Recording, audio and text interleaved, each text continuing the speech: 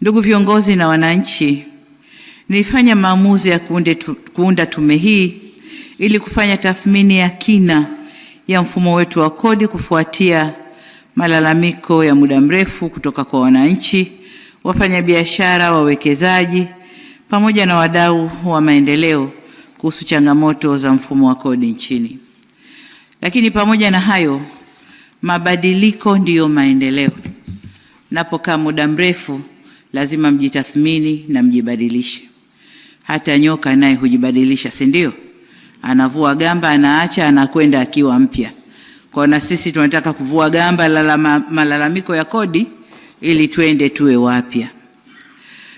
Kwa tumeunda tume hii miaka 35 takriban baada ya tume ya Mtei kama alivyoisema mwenyekiti wa tume hapa, ambayo ilifanya kazi mwaka 1989 hadi 1991, na yenyewe ilipitia na ilifanya uchunguzi kuhusu mapato ya umma, kodi na matumizi ya serikali kwa wakati ule.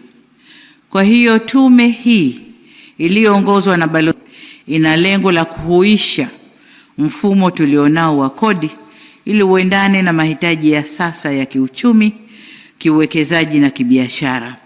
Kwa maneno mengine, tunajisahihisha. Na ndio sera yetu, si ndio? Toka tulikotoka, tunakwenda, tunafanya, tunajisahihisha.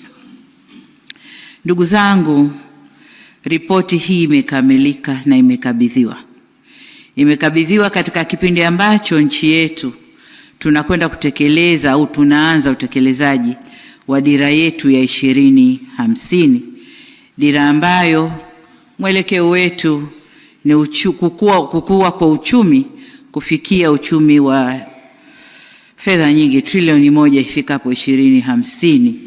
Inshallah Mungu atujalie tufike huko. Lakini dira hii inatuambia kwamba utekelezaji wake katika vipindi vya miaka mitano tunavyoikata, 22% ya utekelezaji wa dira hii utafanywa na serikali, 70% ni sekta binafsi na wadau wengine, na 8% ndio mashirika ya umma. Kwa lazima tujisahihishe kwenye sera za kodi, sheria za kodi na practices zetu au ufanyaji wa mambo yetu kwenye kodi. Lakini pia ripoti hii imekabidhiwa kipindi ambacho dunia inapitia mabadiliko makubwa ya kiteknolojia, kiuchumi na kisiasa. Tunashuhudia ushindani wa kiteknolojia, migogoro ya kiuchumi na kibiashara baina ya mataifa makubwa, mabadiliko ya mikakati ya biashara za kimataifa, ikiwemo mwelekeo wa mataifa kuhamishia uzalishaji karibu na masoko. Soko kubwa yako huku, wanasema nini, kusini kwa dunia, sio? Afrika na wenzetu tulioko huku. Kwa sasa wazalishaji wakubwa wanasogea karibu na masoko. Sasa masoko na yenyewe lazima yawe responsive.